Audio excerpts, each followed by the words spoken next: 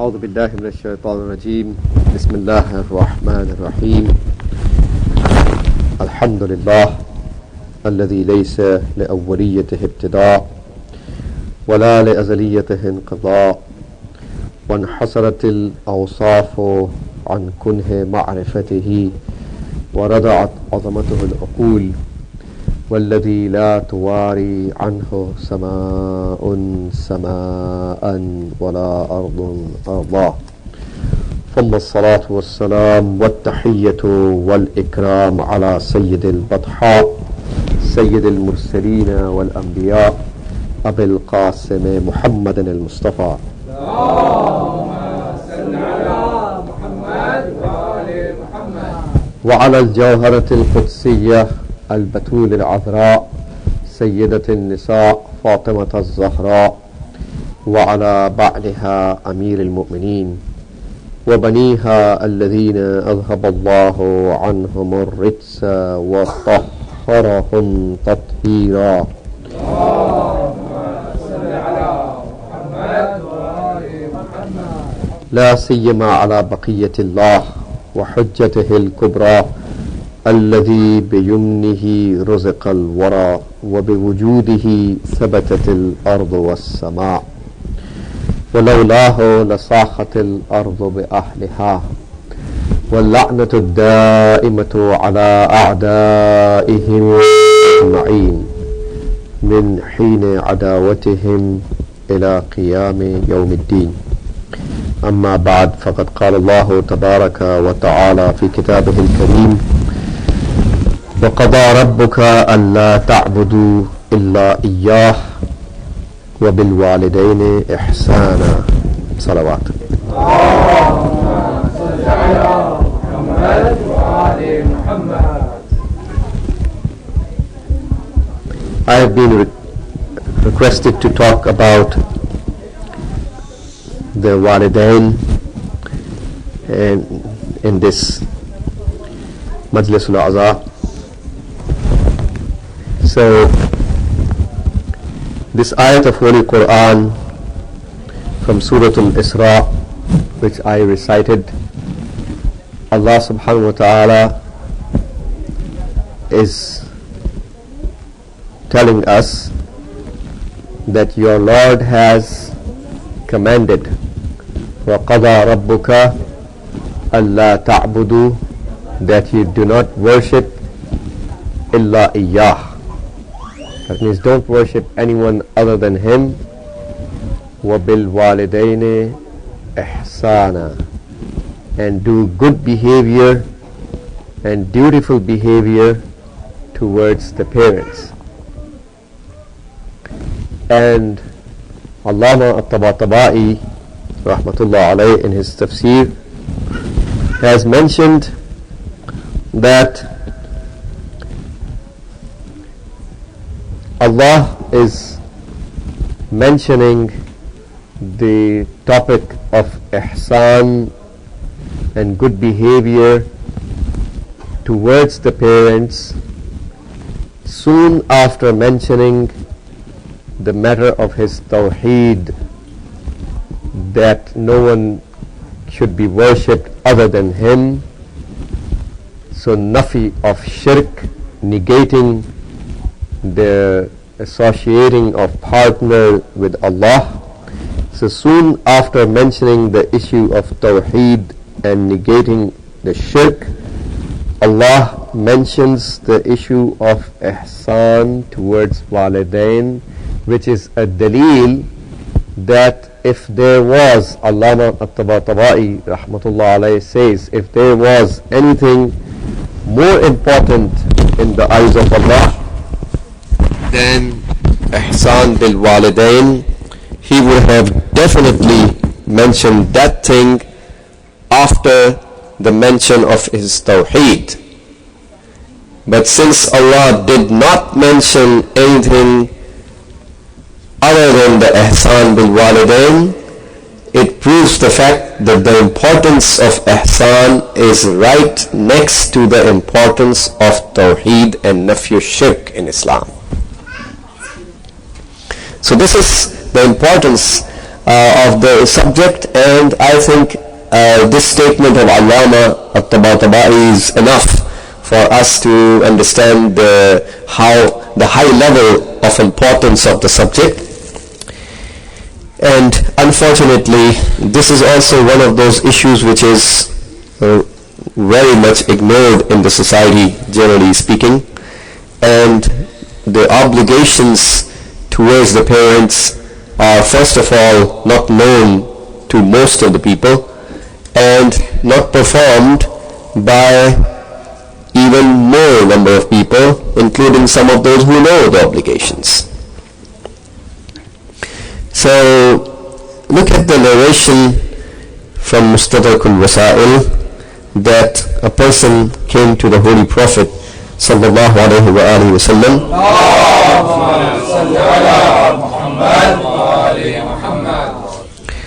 Qila ya Rasulullah ma haqqul walid.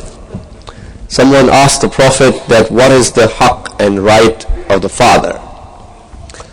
And Prophet replied according to this narration, an tuti'ahu ma'asha, that you obey him as long as he is alive. That means throughout the life of the father, it's your obligation to be obedient towards the father. So whatever he says, obviously that does not include the things that if the father or the mother asks you to do a haram, anything which is against the hukum of Allah, they cannot be obeyed. No human can be obeyed in the ma'siyat of Allah. Amir al-Mu'min alayhi salam has already said in Nahj al-Balagha, La ta'ata li makhluq fi ma'siyat al-khaliq. Is that right? So there is no obedience of a creature in the ma'siyat and sinning towards the Creator.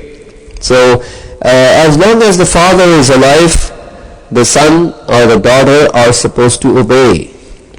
فَقِيلَ مَا حَقُّ الْوَالِدَةِ. Then someone said to the Prophet, it was said to him that what's the right of the mother? And that's where Prophet says, هَيْهَاتْ لَوْ أَنَّ عَدَدَ رَمْلِ عَالِجٍ. If the particles of the sand of the desert and the drops of the rain that has fallen down on the earth, on the world, they all stand in front of the mother. ما عدل ذلك يوم حملته في بطنها. This is not going to suffice. This is not going to parallel for one day of hardships that she tolerated in carrying the baby in her womb. So you can imagine, which I am paraphrasing these narrations in my words, you can imagine how important is the right of the mother. Definitely, mother has more rights as compared to the father, and all those rights continue in Islam throughout their life, and not just that, but even after their death. When the parents expire, the hukuk of the parents do not end at their death. As long as the children are alive, they are supposed to perform the rights and the obligations towards the parents. And our levels in the paradise are directly related in Islam towards our behavior regarding the parents. So if a person has good behavior towards the parents, this is something which is extremely beloved in the eyes of Allah. So much beloved that it can possibly take you next to the station, next to the manzilat of the Anbiya in the paradise. It's a very big statement that if we are not prophets of God, we cannot be equal to them. They are masoom, isn't it right? But despite the fact we are not prophets and we cannot be equal to them, but serving the parents in Islam is so beloved in the eyes of Allah subhanahu wa ta'ala that it can entitle you to reach a level where you are next to the prophets in the paradise. So in the narration we find that Hazrat Musa ala nabiyina wa alihi wa alayhi salam, he asked Allah that I would like to know who would be my neighbor in the paradise. That means the person who is going to be next to me in Jannah. Allah said to him that go to such and such location, such and such neighborhood in the city, and there is a butcher, qasab, there is a butcher who is your neighbor. It's a very surprising news for anybody to think Prophet Musa is one of not just a regular Anbiya, but he's part of the Ulul Azm. Is that right? Although we have controversy among our mutakallimin about how many Ulul Azm messengers do we have. Some say there are 5, some say there Ulul Azm are 18 messengers. But despite the fact there are 5 or 18, but Hazrat Musa alayhi salam is for sure, among all the mutakallimin, he is for sure part of the Ulul Azm list. He is one of the highest messengers of Allah. Is that right? One of the highest 5. So a person who is going to be a butcher is the neighbor of Hazrat Musa alayhi salam in paradise. Prophet Musa expressed his surprise on that news, and obviously he was curious to meet with that person. He went there to in that neighborhood to the shop of that butcher, and he was just witnessing how he was doing his business. Doing the business transactions is one of the one of the things in which we discover how mutadayyin and religious a person is. So whenever you interact with the rest of the people in the society, this shows your tadayyun. Your actual tadayyun and religious practice is not discovered when you are doing your individual and infiradi duties towards Allah. Your actual religious practice is known towards your wada'if ijtima'iyya and siyasiyya, towards your social and political obligations towards Allah subhanahu wa ta'ala. That's how we discover a person is mutadayyin or not. Otherwise Khawarij were praying Salatul Layl. Is that right? When it comes to the lovers of Imam Ali and the muhibbeen of Imam Ali, they were slaughtering them. In the infiradi and personal duties, they were very pious people, very muttaqi. But they were the akhbathul khalq. They were the worst of the humans in the wada'if al-siyasiyya wal-ijtima'iyya. Isn't that right? So let's correct our mizan and miqyas and criteria to judge the people. We judge the people based on their political and social obligations towards the walayat of Ahlul Bayt. That's our criteria of judging the human, not about how they pray or fast or give the zakat and khums and fitra and do the hijab or not. This is not the mizan in Islam. لا تنظروا, Prophet has said, لا تنظروا إلى طول ركوع الرجل وسجوده وكثرة صلاته وصيامه وتلاوته. In some of the narrations, Tilawat is also added. The Prophet is actually stopping us from looking at the long ruku and sajda of the people. Not just he doesn't consider it to be criteria, he is blocking us from looking towards that. Don't look towards lengthy ruku and sajda of the people, and a lot of abundance of salat and siyam and kasrat tilawatihi, and his abundance of tilawat of Quran. فَإِنَّ ذَلِكَ شَيْءٌ قَدْ اعْتَادَهُ, because it may be a thing he has habituated himself to do that. Lots of people are doing the tilawat of Quran out of habits and adat. This is their habit, they do it. Lots of people are just praying because they're habituated of doing the salat. Isn't it right? They're doing 15 harams in their life, let's suppose, on daily basis, and they continue to do those 15 harams every single day, and still they are praying. Isn't it right? So they forget what Allah has said in the Holy Quran, إِنَّ الصَّلَاةَ تَنْهَى عَنِ الْفَحْشَاءِ وَالْمُنْكَرِ. Certainly the prayers stop from fahsha and munkar, from the indecent and the haram act, the munkar and wrong act. But they're doing the wrong acts day in and day out. So this salat is not considered to be salat to begin with in the eyes of Allah subhanahu wa ta'ala, but they're doing it. So that's not even the criteria in our eyes to judge their religious practice either.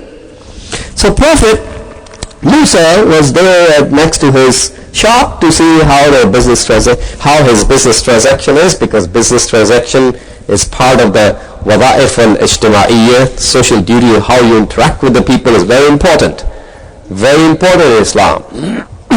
He won't notice anything significant or inspiring, just a regular way of doing the business, because business, like I said, is also very important. Imam Ali alayhi salam was there, and he saw there was an amma, a kaniz, a servant of somebody, buying the meat at the shop of a butcher in the time of Imam Ali alayhi salam. And this female servant, she was insisting on the butcher to give some little bit more of the, little bit more than the weight.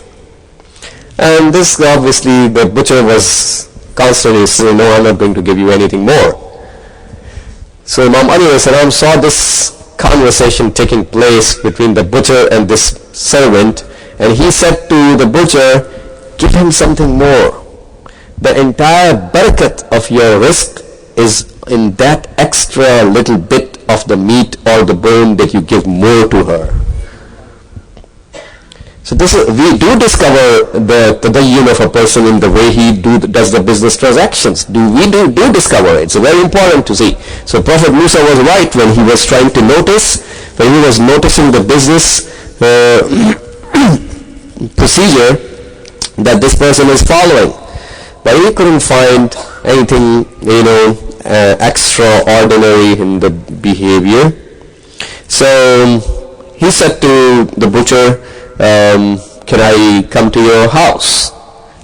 He said, well, why not? Obviously, he's a prophet of God. Prophet visits the house. It's a matter of pride and honor for every believer.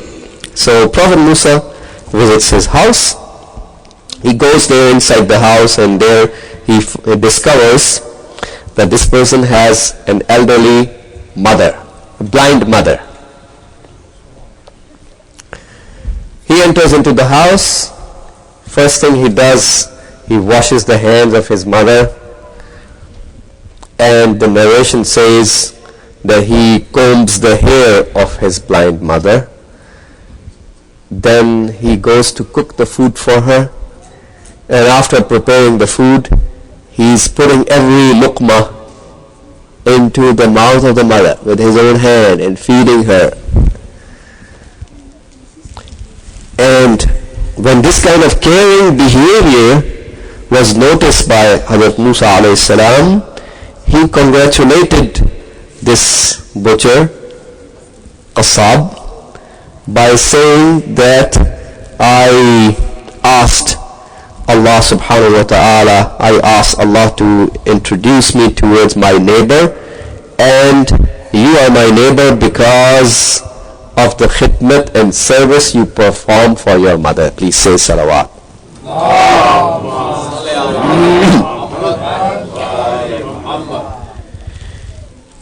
Another narration says that قال رجل لرسول الله صلى الله عليه وآله وسلم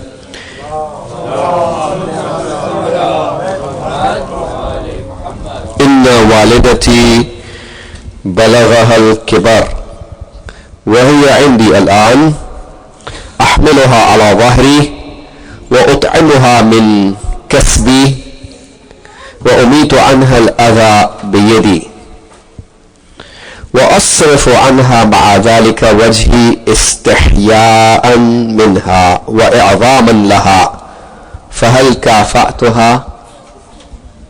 I have an elderly mother who is with me, that means she lives with me in my home, and I carry her on my back. Obviously she cannot walk herself, so this son carries her mother anywhere she wants to go, and I feed her from my earning, and I remove all the anything that can be harmful. I take care of her. Any kind of thing which is harmful, you take care of her and keep away all those things away from her. And in addition to that, what I do is that I don't I turn away my face from her so that she doesn't end up feeling embarrassed because I'm doing all these services for her. So I don't want to cause her the haya and embarrassment in front of her because of my hard services that I'm doing. And this is because I consider her to be, for her greatness. This is the kind of, basically I hold her to be great in my eyes. So this behavior that I do towards my mother, is it sufficient? Am I sufficing?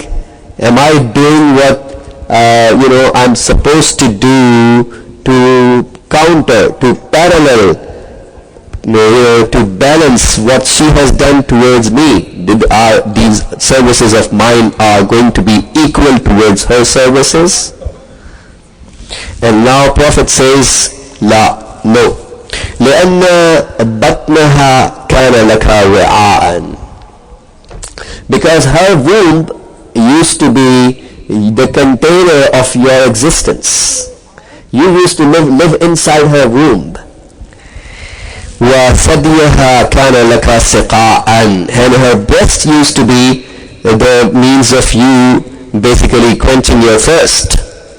وقدمها لك حذاء, and her feet used to be your shoes.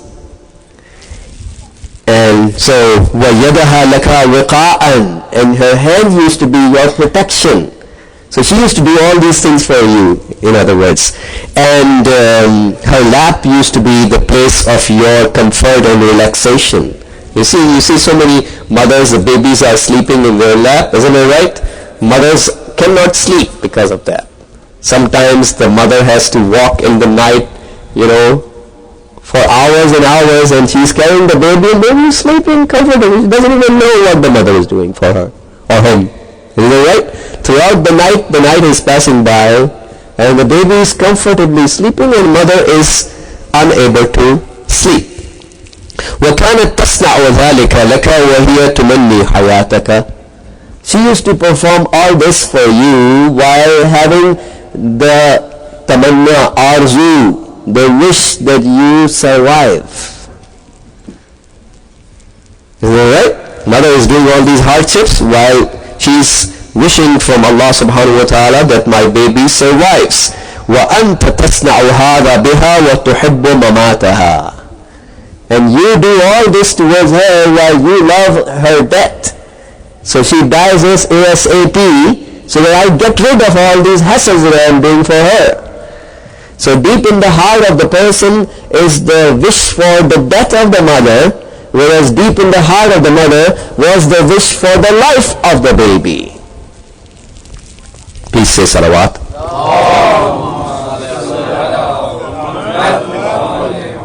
Now there are children who basically behave insanely towards their fathers or mothers.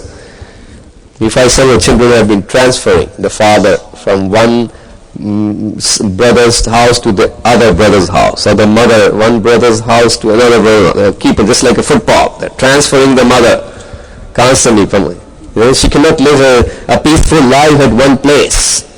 They keep on transferring the father or the mother from one house to the other, as if it's a burden to keep the father or the mother in their house. Isn't that right? The actions speak louder. You don't have to say it. And even in the concept of becoming disowned by the parents in Islam, according to the fiqh and jurisprudence of Ahlul Bayt alayhi salam, the parents don't need to express it to you. Hey son, now onwards you are I disown you. Father doesn't need to say that to you. As soon as we misbehave towards the father, even if he does not express it expressly towards you, you are automatically disowned by the father in the fiqh of Imam as-Sadiq alayhi salam.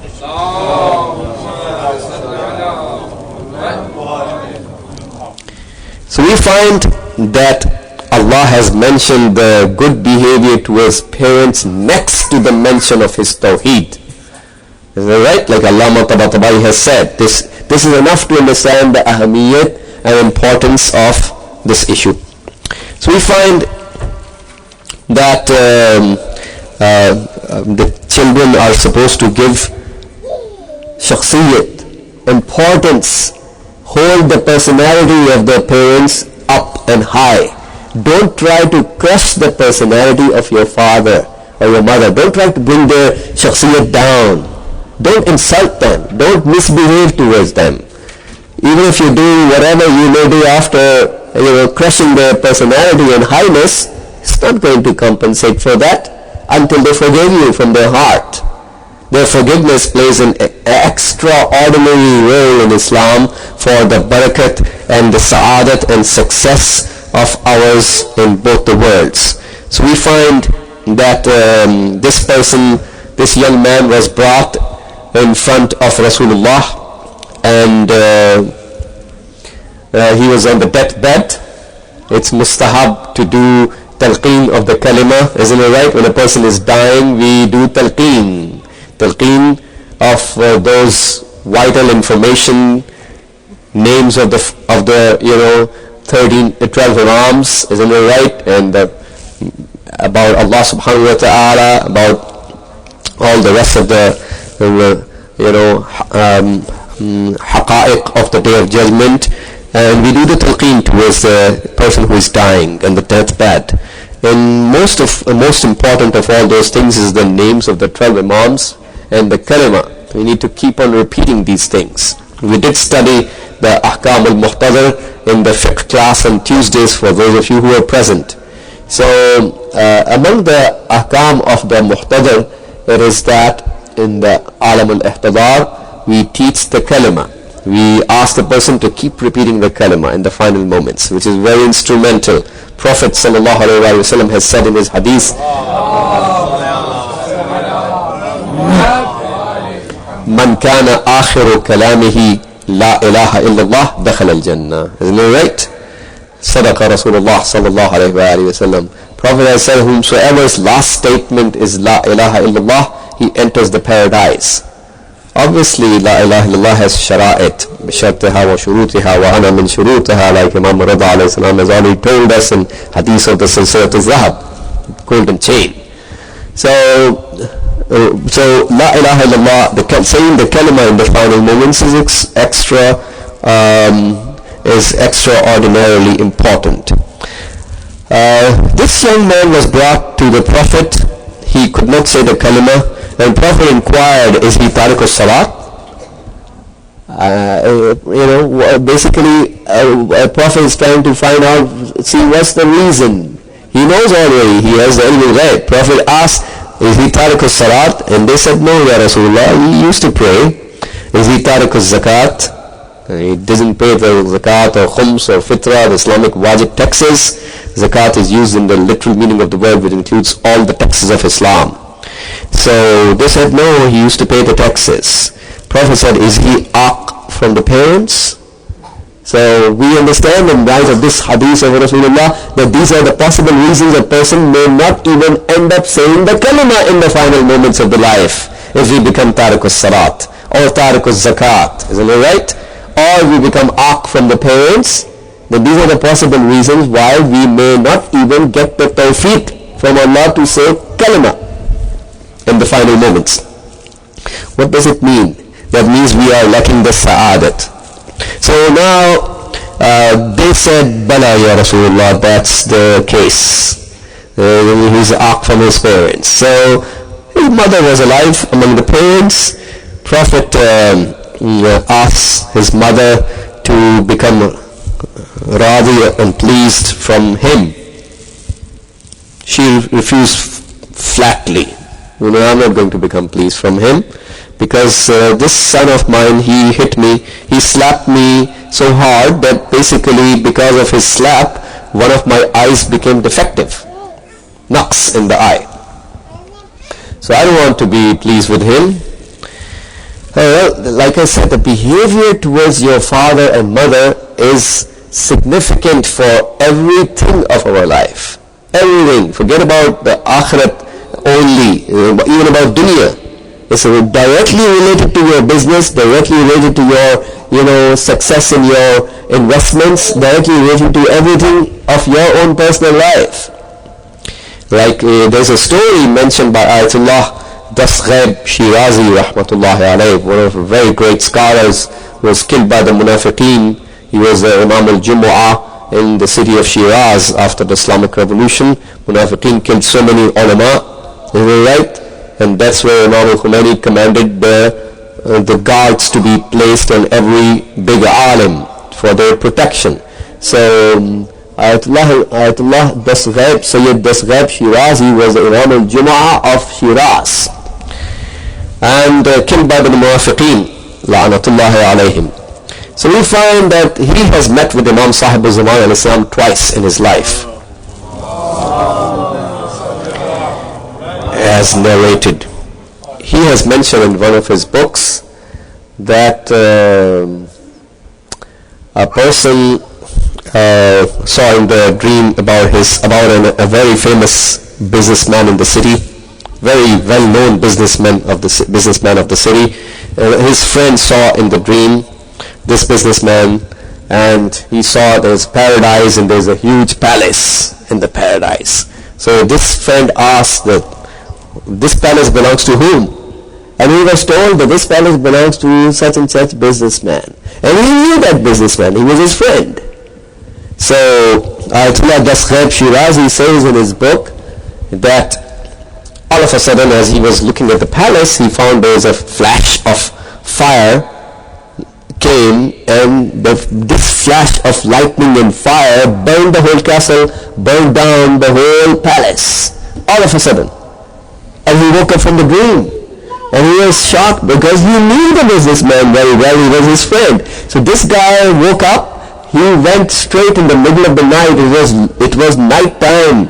It was not appropriate to go and visit the house, but he was the friend. He went in the middle of the night, he went to his house and he knocked his door. And he asked his friend, "Can you tell me what exactly you did right now?"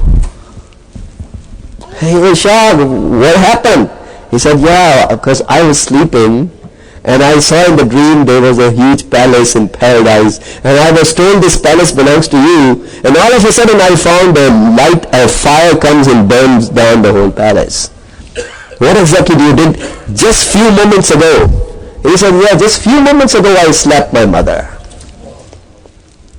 He said, "That's exactly what you did towards yourself, and I saw it in the dream that your palace was burnt." That means that all the good deeds that you performed by now are gone down the drain. So this is what Ayatollah Dasghaib Shirazi rahmatullah alayh had mentioned in his book. So what we were saying is that Prophet asked that mother to basically forgive her son, and she refused. So Prophet said, "Bring the fire." She asked the Holy Prophet, "Why are you asking to bring the fire?" Prophet said, "Because I want to burn your son." She said, "No, I don't want my son to be burnt." Prophet said, this is what is going to happen in Barzakh. That means as soon as he dies after a few moments, this is exactly what the angels are going to do to burn him in the fire. So let me burn him in the fire. In other words. So she said, well, this is not part of the hadith. I'm just explaining the action of the Prophet. So she said, "Ya Rasulullah, well, I carried him in my womb for 9 months, and I breastfed him for 2 years." Right, in Islam it is mustahab for the mother to breastfeed the child for 2 years. More than 2 years is haram in Islam. You cannot breastfeed the child for more than 2 years.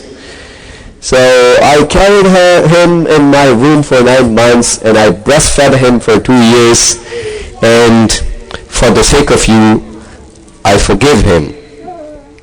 And as soon as she says that, this young person started to say the kalima on his own. Start saying, "La ilaha illallah Muhammad." Please say salawat.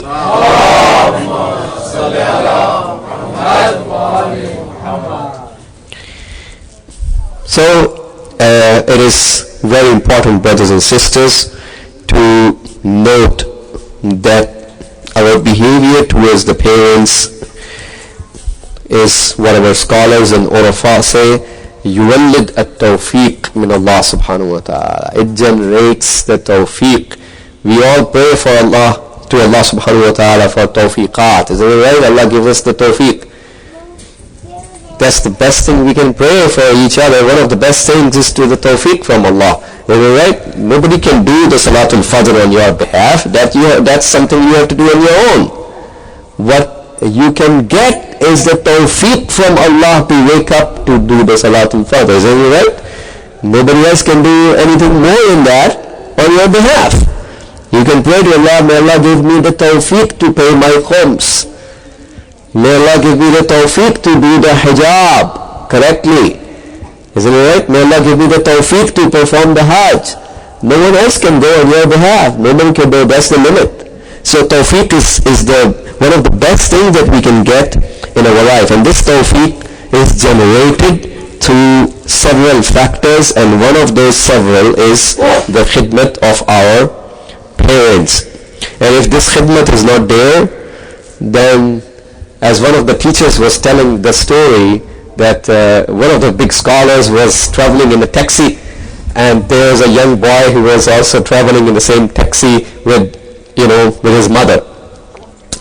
And so this young man, he requested the scholars, please, iltimas dua, please pray for me. Obviously, that's what we say when you find big scholars. This is one of the things we ask them to pray for us. It's very natural. So this young man also said the same. And this scholar asked him, who is this lady with you? He said, well, she is my mother. And the scholar said, well, instead of asking me, you ask your mother. Because her dua is mustajab, is accepted in the eyes of Allah subhanahu wa ta'ala. Ask your mother to pray. And when the scholar said that, the mother, she burst open and she said, well, this son of mine has been torturing me so much in his life that, she started to tell her stories and stories and stories to the alim. And then the alim said, well, even if we have 124,000 prophets of Allah praying for you, it is not going to be accepted. As long as first things first, as long as she is not pleased with you. So there are principles. Allah is running the universe by certain sunan al-ilahiyya, certain divine formulas and principles. We need to abide by those. Like, remember, in one of my speeches, I told you the story of Zamakhshari. Zamakhshari is one of the very great scholars of Ahlul Sunnah, right? And one of his legs was broken, was cut off. And somebody asked him, what happened? Such a huge scholar, he has written tafsir of Quran. Tafsir of Zamakhshari is very famous. This is what the Wahhabis frequently quote, the tafsir of Zamakhshari in their books. So you find Zamakhshari is a very big scholar. His leg was cut off. And somebody asked him, what happened? He said, well, when I was young, I had a bird in our house, and I tied up a little thread in the leg of the bird. And what happened is that I was trying to capture it, and the bird went into some hole. So I tried hard for the bird to come out. Didn't want to come out. So what I did, I started putting this thread very hard. Bird was resisting. Finally, I put really big pressure, and when I pulled it really hard, the leg of the bird broke, and the leg came out, bird didn't come out. And my mother was seeing this whole scenario, and she cursed at me, and she said that may Allah cut your leg the way you broke the leg of this bird. Now, after 30 years from that incident, what happened, I was traveling and over a horse, and I fell down from the horse, and the doctors, the atibba, they said there is no cure for the illness of your leg, except that we need to cut off this leg. And they had to cut it off, and they cut off my leg. So I realized, he was an alim, he said, I realized that the dua of my mom was mustajab, and it was accepted by Allah after 30 years. So we need to, sometimes we don't even discover, why is it happening to me? We really have the ma'rifat of the religion and the basirat to even understand that much. That requires ma'rifat to understand. So we find that in the hadith of Rasulullah sallallahu alayhi wa alihi wa sallam, he says that, please pay attention, من أحزن مؤمنا ثم أعطاه الدنيا. Whoever sorrows a mu'min person,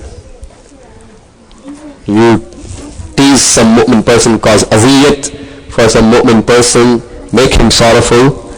من أحزن مؤمنا ثم أعطاه الدنيا, and then he gives the whole dunya to him. Prophet didn't say he gives $1 million, that somebody can say, well, now I'm going to give more than $1 million. Prophet says the whole dunya. ثم أعطاه الدنيا. Whoever saddens a mu'min and then he gives him the dunya, that's the hadith says ad-dunya, that means give him the world. لم يكن ذلك مثوبته ولم يوجر عليه. This is not going to be his reward. I mean, whole dunya cannot be the reward, and he will not going to be given the ajr and reward over that giving of the dunya to him. So what we learn in the light of this hadith, that it is significant to basically win the heart of the mu'min instead of causing any teasing or torture or huzn or harm for the mu'mineen. We need to win their heart. We need to, if I do something wrong, I have to apologize from the person and make sure that he forgives, specifically the parents. So they should be pleased from their hearts, not only from their tongue but from their hearts. And in the day of Ashura, we find there are several parents present, and several mothers also are present there. Is that right? And we find some of the best examples of ihsan bil walidain is found on the occasion of Ashura. The day of Ashura is the example and the iconic day to understand the concept of ihsan bil walidain in Islam. How those awliyaullah, all of them are awliyaullah, all of them are beloved personalities of Allah, isn't it right? So how these beloved personalities, awliyaullah, are behaving towards their parents. This is something that we need to remember and keep on repeating over and over again. What was the behavior of Habib ibn Mawahir? What was the behavior of his son who was in Kufa towards his father? What was the behavior of Muslim ibn Awsaja salamullahi alayhi towards his mother? What was the behavior of Zuhair ibn al-Qayn towards his mother? His mother was also present there, right? What's the behavior of Hazrat Qasim ibn al-Hasan alayhi salam towards his parents who were not present there?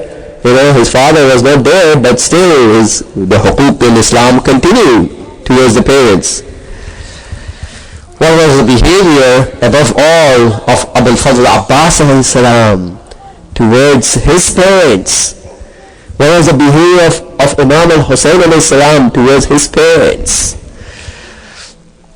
When Imam Hussein alayhi salam asked the crowd, the ashqiya, did I convert the halal into haram? In other words, I'm not narrating the exact words, but did I change the sharia of Rasulullah, in other words? And they said, no, you didn't do that. So then why are you up to killing me? And they replied, Bughdan li abika, because of the hate of your father. So it's because of the hate of Imam Ali alayhi salam that Imam Hussein is punished and killed today. So now look at the behavior of Imam Hussein alayhi salam towards his father. Imam Hussein cried over his father on the day of Ashura, in the Maidan of Karbala. And that's what our scholars say, that the most mazloom person in the history of humanity is Amir al-Mu'mineen alayhi salam. And the dalil is that Hussein ibn Ali alayhi salam, he cried on the day of Ashura over his father. This is the azamat of Imam Hussein, and this is the azamat of Amir al-Mu'mineen alayhi salam. And we have Ali al-Akbar alayhi salam present, isn't it right? There's another son, and his father is also there.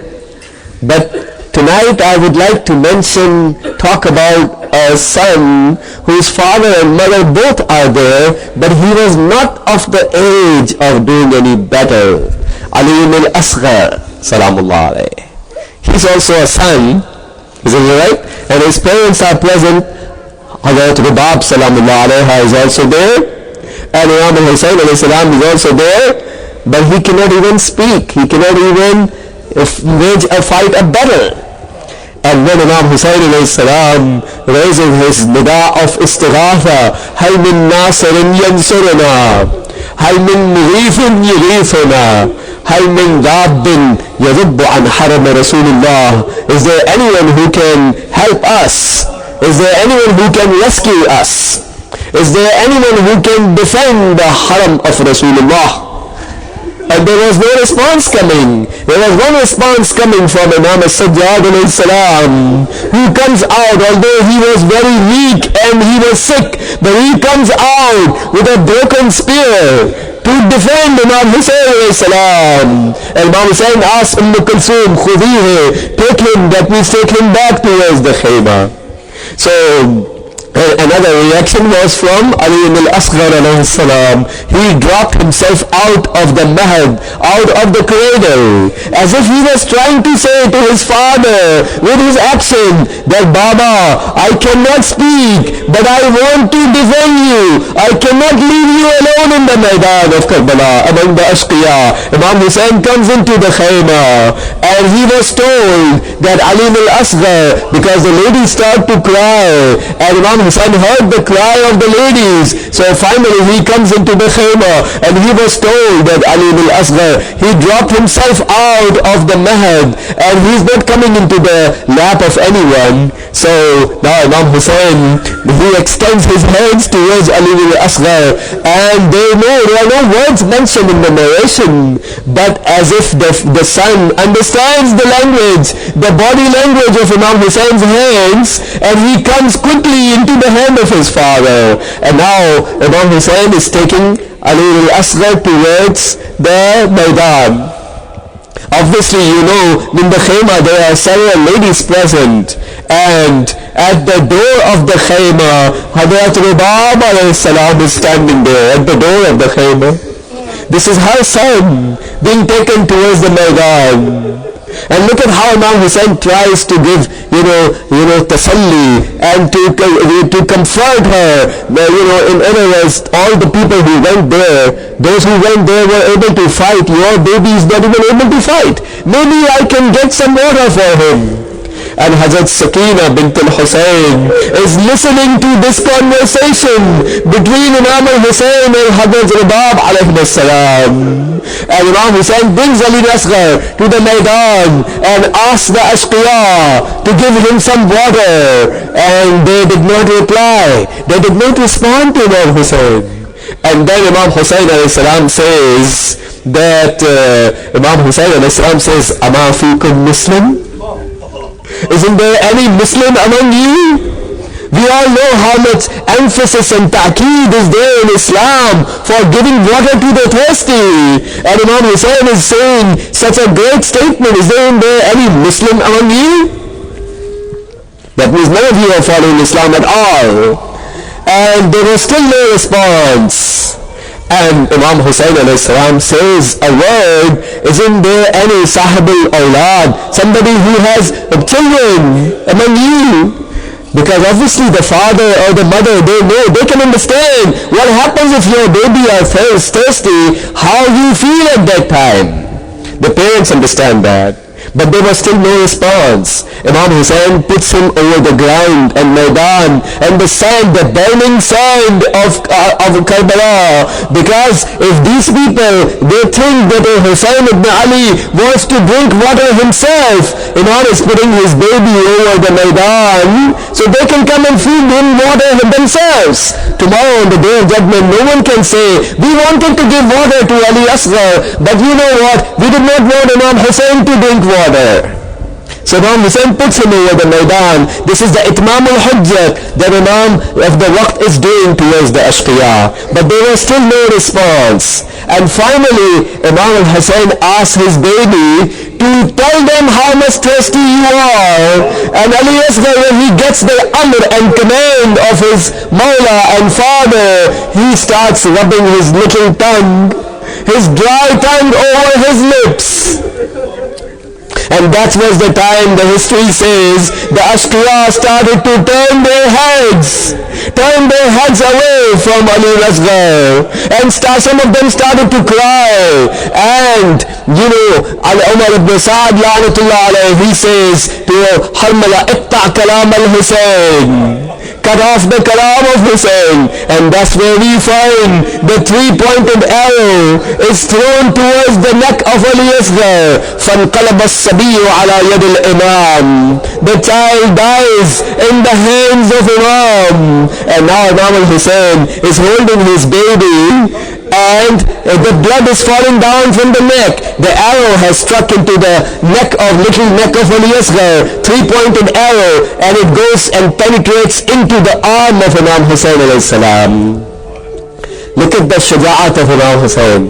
He gathers the blood of Ali Asghar, and narrations are multiple narrations. Some of the riwayat say Imam Hussein alayhi salam wanted to throw the blood towards the sama. And the nida came that if you throw the blood towards the heaven, there shall be no rain raining down ever after that incident. Imam Hussein tried to throw the blood over the earth, and the nida came from the earth that if you throw this blood over the earth, no plantations will grow. Some of the narrations say Imam Hussein did throw. Sayyid ibn Ta'us rahmatullah alayhi says that Imam Hussein threw the blood towards the heaven, and the blood is there saved with Rasulullah sallallahu. So we find some of the narrations say Imam Hussein took the blood and he rubbed it over his own face. So Imam Hussein is going to meet Rasulullah tomorrow with the blood of Ali Asghar on his face. So we find that Imam Hussein is now carrying his baby. Look at the father. The father is carrying his baby towards the mother, towards the khayba. Imam Hussein moves 7 steps forward and 7 steps backward. Inna lillah wa inna ilayhi raji'un. Radan bi qada'ihi wa tasliman li amrih. We certainly belong to Allah, and towards Him we are returning back, and we are radi and pleased towards the qada and amr, and we are submissive towards His amr. Look at the azamat of Imam Hussein as well. There is no complaint. He doesn't have any complaint towards Allah. He is radi and has taslim towards Allah in every matter. This is the azamat of Imam Hussein. So we find that finally, when he moves towards the khayma, and Hazrat Rabab, she knows, she discovers that Imam Hussein is bringing Ali Asghar. And Hazrat Sakina, obviously Hazrat Sakina heard the conversation that Imam Hussein said to Hazrat Rabab, maybe I can get some water for him. Hazrat Sakina heard that. Now Sakina comes forward, that Baba is coming and bringing Ali Asghar back towards the khayma. She comes to Imam Hussein and says, I'm also your daughter. You provided water for Ali Asghar. I'm also your daughter, in other words. But she said once. So we find Imam Hussein, he moves his Abba over the janazah of Ali Akbar. And they found out that Ali Akbar is killed by the three-pointed arrow.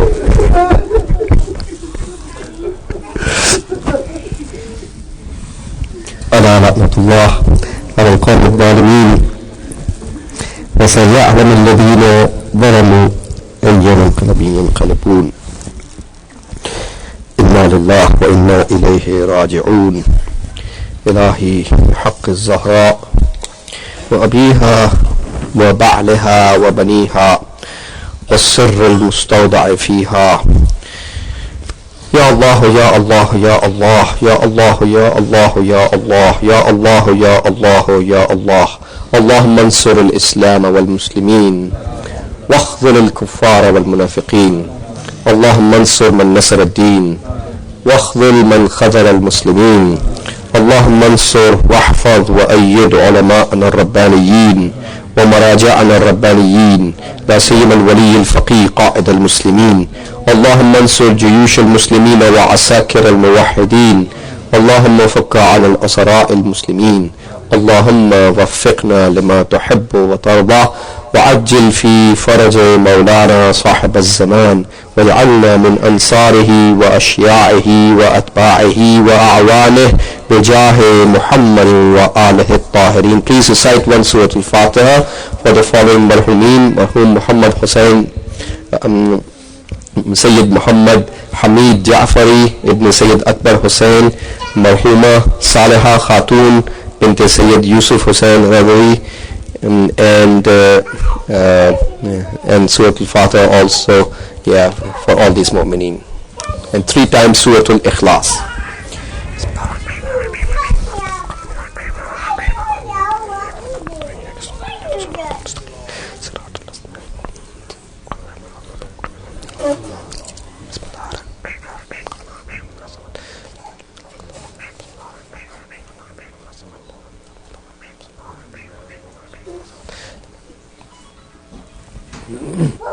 Let's read the ziyarat of Imam Hussain.